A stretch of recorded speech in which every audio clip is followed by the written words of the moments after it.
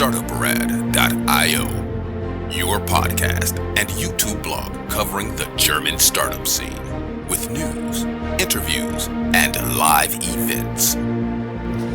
Hello and welcome everybody. This is Joe from Startuprad.io, your startup podcast and YouTube blog from Germany, coming to you again from WeWork here in the center of Frankfurt. I do have kind of a repeating guest here, but first let him introduce himself. Hello Peter, welcome. Hello everyone, I'm Peter. I'm a serial entrepreneur. I've been founding businesses for 7 years now, and I'm very happy to be here today. Thing is, we should tell the people that in the beginning I was part of a German-only podcast, and we did a remote interview back in the days. At this time, you've been working in consumer products. Yes, that's correct. And from them we kept in touch, and now you're doing a different venture, right? Yes, I've been doing a lot of ventures since. This is my 12th, and the current one is in deep learning AI, while the first one was in consumer product, consumer brands. And my understanding is your first venture is still running? Yes, all of them are still running. 12 ventures. How do you keep track of all of them? Well, I'm lucky to have good executives in place. The newest one, the AI, I'm running personally, and the other ones are run by executives I can trust really well and that take a lot of the load off me. So I have less work on keeping track. That sounds pretty good. Let's do a little bit your journey. How did you start up with entrepreneurship? What fascinates you? Well, as you can maybe tell by the amount of ventures I've done, entrepreneurship is also my number one hobby. What gets me most excited is starting up in a totally new field of business, finding out the parameters, finding out what do you need to do to be successful in this area, setting everything up, creating the broader strategy. That's what I thrive for. Mm-hmm. I see. And basically what I understand from your first venture, you started out selling your products on Amazon, and then you expanded sell it across Europe, across the United States, right? So you already did a big, almost global expansion already with your first project, right? Yes, correct. I'll guide you through and take a very short overview. So the first one was indeed a consumer product company, a beauty company. We were producing beauty and selling it mostly online, mostly on Amazon. It then grew into pharmacies, and that's the way it's being run still today. And the thing was, after starting it with the first product, that was kind of an innovation. A body aftershave, which was new because there were only aftershaves for the face before that. And we went to the German Shark Tank, and suddenly we had a brand because so many people watched that. And the question was how to expand the product portfolio since there's a brand now. And we chose a very tech heavy approach, and went through Google data, through Amazon data, and we're looking for new trends and new products to release. So that led us to having a whole pipeline of product releases because we were just following the data. And soon the portfolio grew to 25 products. And then the question was quite obviously, can you apply this to other types of businesses too, to other consumer businesses? So I started a socks brand, a nutritional supplement brand, actually several with different approaches, another beauty line, even a washing gel brand for men. All kinds of other consumer brands. And in the end, there was 7 of them, and they were all following the same principle of looking at data and releasing the products that are on the verge of a trend. And the success rate was pretty high, especially on Amazon, which led one of the biggest retail groups in Europe in drugstores to contact us and say, could you take over this process for us too? And that is how we came up with spinning off this approach and turning it into a real product, which has resulted in the AI company that we are doing, which is making time series analysis and prediction and looking at consumer data now and making prediction on consumer interest and behavior in the future, basically using our essence of our company and offering it to bigger companies who have more leverage. Mm-hmm. Yes. The deal was already in the German startup news, so it's Yes. Rossmann. It's Yes. one of the largest drugstore chains in Germany. And the company, I do believe, is called Pythia. Pythia. Okay. Pythia AI, like the Greek goddess, who founded the Oracle in Delphi. So you're not only an Oracle, you're the founder of the Oracle. Yes. Well, she was the founder of the Oracle, and I'm the founder of her. Yeah, the naming is not shy. Okay. Yeah, the naming has not. Yeah, I was thinking when we were picking names, I was thinking, wow, this is a ballsy name, I gotta say. Okay. We went for it. But apparently everybody went with it. Yeah. Yeah. So basically what you're doing now is you went from consumer products with several ventures into like Deeptech, AI, learning, and we should tell our viewers, our listeners, that you actually do have a technical background. Then it starts to make more sense for them, right? Yes, I've studied aerospatial engineering in Munich at the Technical University. That means he's a rocket scientist. And economy. So I'm doing, but I'm not doing on a deep product level. I'm more creating the broader tech strategy and architecture on a broader level, on a higher level. Mm-hmm. That's my role on a technical perspective in the company. Mm-hmm. My understanding is you've been looking for investor money. Yes, that's correct. Just recently, and for everybody who thinks you look a little bit tired, yes, you are tired, you're jet-lagged. You just opened an office in the Silicon Valley, right? Yes, I just flew in yesterday. We had slight logistical difficulties due to that, but we finally made it here. Yes. But by the way, that's the reason the background is so dark, because we had to stay a little bit longer. But nonetheless, we're very happy to have you here. Let's tell the story of your Silicon Valley office. Thank you very much. So yeah, 3 days ago we opened our office in Sunnyvale in the Valley. It was also part of a bucket list that appeared the moment I touched base in the Valley for the first time, and I've spent most of my last year over there, and we've started setting foot, and now we're based over there too. So now we're running Frankfurt, Berlin, and Valley offices. Oh, I see. And a story somebody told me up front before you came in, basically you went along the street in the Silicon Valley where all the VCs are actually headquartered, and more or less he literally told me the story. You went there and just knocked on the door. Hey, I'm Peter. I'm from Germany. I want money. Yes, something like that. That's pretty accurate. That's a And pretty nobody accurate. kicked you out? No. So what amazed me about that, so I really, there's 2 streets in the valley that are covering most of the high target venture capital firms.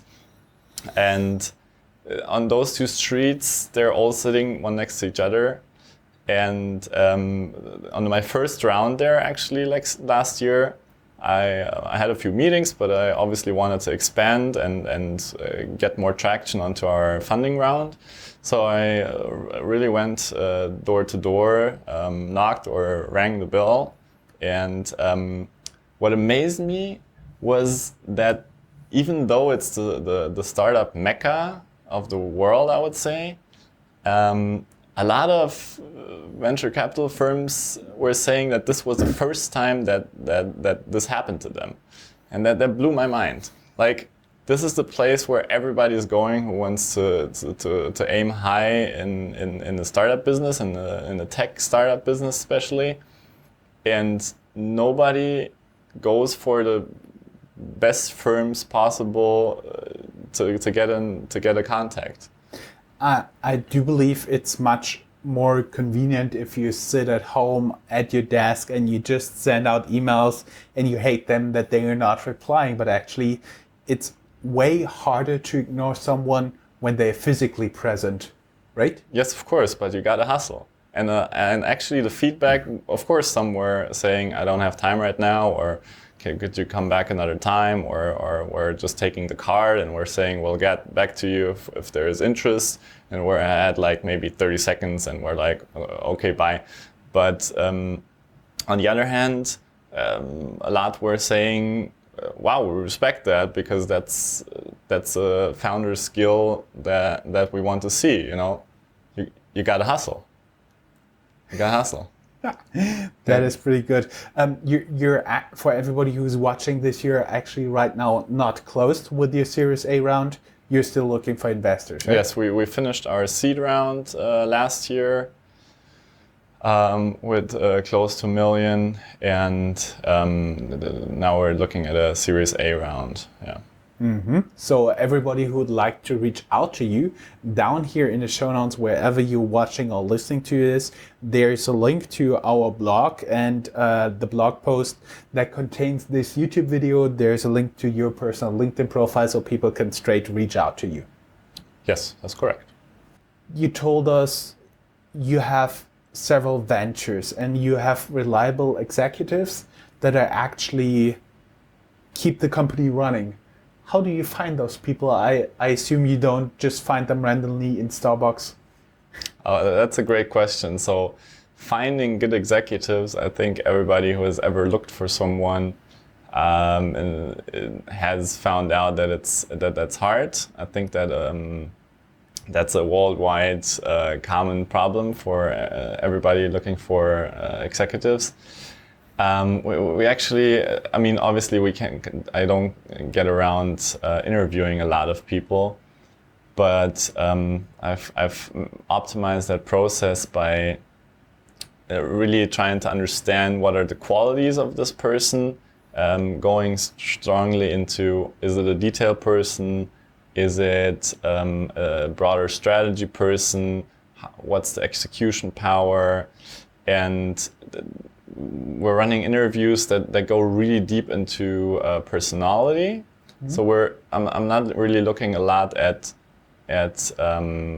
university grades, who can be an indicator for personality as well, but I use them more as an indicator or past jobs.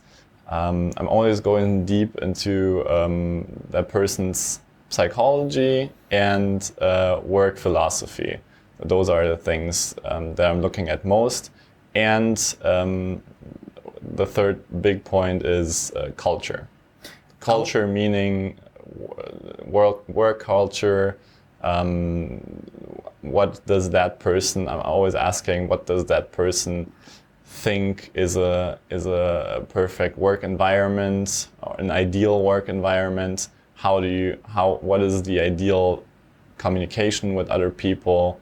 And what I'm looking first and foremost, which I would add as one of the main points, is how much ownership is that person able to carry, and is natively carrying when it comes to problems or successes as well. So I'm always looking for people who take full ownership. That's one of the ideals I'm looking for, and I'm choosing by, is that person able to take full ownership of its doing? That is something, or is that person externalizing outcomes? I would be curious when you talked about like a broad strategy person or a detail person. In the role of an executive, you don't necessarily want to have a person who's just focused on the details. But on the other hand, if they're just looking at the very important picture, they may oversee like 2 or 3 lines of text in a contract, which can later on really hurt a venture. So what's the ideal balance you're looking for? All right, also a great question. So I don't think that there are a lot of people, there's always exceptions, who are talented at both larger scale picture and very narrow detail. I always think it's a trade-off somewhere, with exceptions. So I'm looking for executives, depending on the business, mostly for a broader view. I don't want them to get stuck in detail, but I want them to understand that the people that they are hiring need to compensate for that and be more detail focused and take over that part and be very diligent. But in an executive, I'm usually looking for people who have a broader perspective, who see a broader strategy, who can make up the bigger picture. This is also where I kind of see myself at. I think I'm very good at concepts and definitely a lot worse at detail. And I'm always trying to compensate that with the people I work with, who balance this out. Mm-hmm. And so to put it in perspective, I always think the person, the leading executive should have a broader view. Then the managers who work for him should be somewhere in between broad and detail. And then the people executing should be more detail focused. So the first gives the bigger picture, the first layer, and then the layers in between transport that picture, that strategy, that vision, transport it into more detail until it gets executed in full detail. That's how I'm picturing it. So like a pyramid. Like a pyramid. Pyramids are very badly connotated in business, but yes, like a pyramid. This is not a pyramid scheme. No. This is not a pyramid scheme, is what every pyramid scheme says. So in order to understand the broader vision that is being created, you need to have a broad vision, right? So that's why I find it important that broad vision, medium, and then come all the parameters in between, medium vision, medium detail, and then detail. Because otherwise you cannot transport that vision into all the details the bigger vision is reflected in each detail. So you need someone to build a broader concept, someone to understand that concept in one area, let's say in marketing, and be able to tell the content creators the details on a more detailed level, and they then need to understand on a detailed level the concept and make the very small details fitting to that concept. And the same goes for all areas and managers in between. They need to understand the broader and need to be able to transport and communicate that to their people executing. Mm-hmm. We've been talking before we started that we both do like the books of Ben Horowitz. If you haven't read The Hard Thing About Hard Things, read it. It's awesome. And he tells stories about people who are good in their job in a growing startup, like managing a team of 5 people. But when it gets to 50 people, they are out of the depth. So basically, you need to retask them, fire them, or get the boss on top of them. How do you deal with that stuff? First of all, I'm also a big fan of that book. Actually, another Ben Horowitz book is on my top 5 books I would recommend to everyone. It is What You Do Is Who You Are, which really opened my mind on business culture and its importance. A feeling I had before already, but it really clarified it, and it pushed it higher in my view, which is also why I said earlier that another big point that I'm looking for in executives I'm hiring is, do they have a healthy culture, a healthy work culture, and does their culture fit into our company's culture? Something I think you do intuitively, but this really brought it up and really made it more present. Do you kind of also measure that? Because I do believe a lot of startups, a lot of companies out there measure their people by strictly Excel-based approach, KPI achieved, not achieved. Can you kind of evaluate something like this also on a rolling biannual basis? This is also a great point, a complex point. Looking at result-based evaluation, I do that when it comes to the perspective of time. So I don't evaluate people by how much time they're spending at the office or work in general. On that perspective, I'm only looking at results. When it comes to company culture, though, or the general decision-making process, it's not always the right result that tells you that it was the right decision.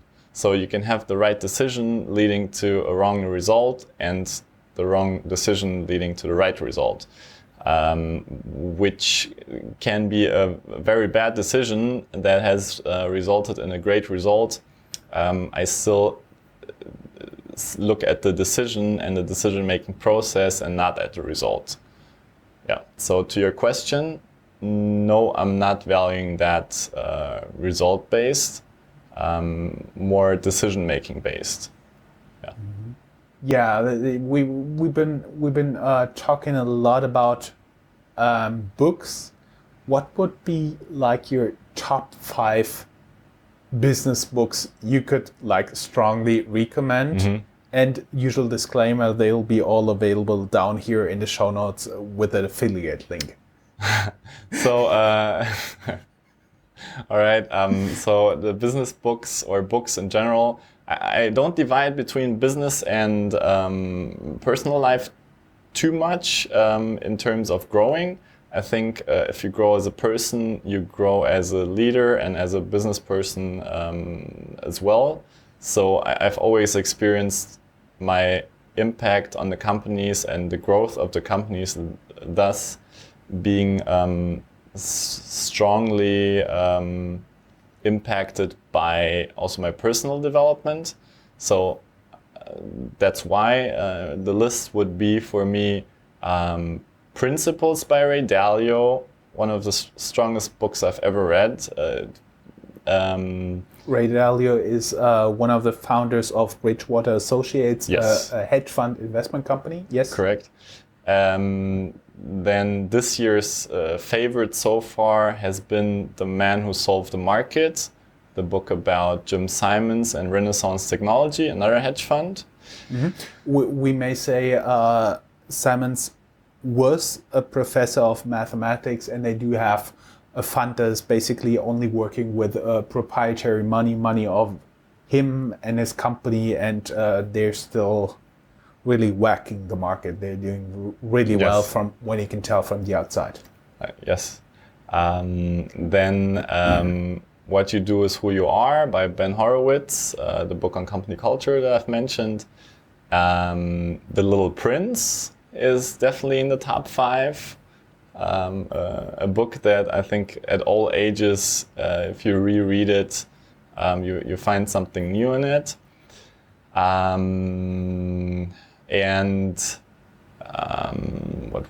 What else would I put there? Definitely Nietzsche.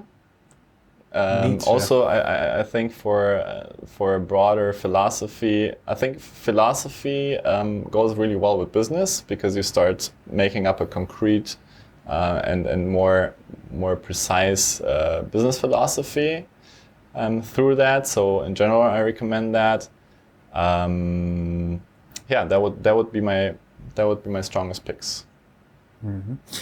I also did that because I was looking for some quotes to share next to the ones we get from the interviews, and actually I realized like Goethe, Schopenhauer. Oh, they not all... to mention, yes, of course, everything that Hermann Hesse has ever written.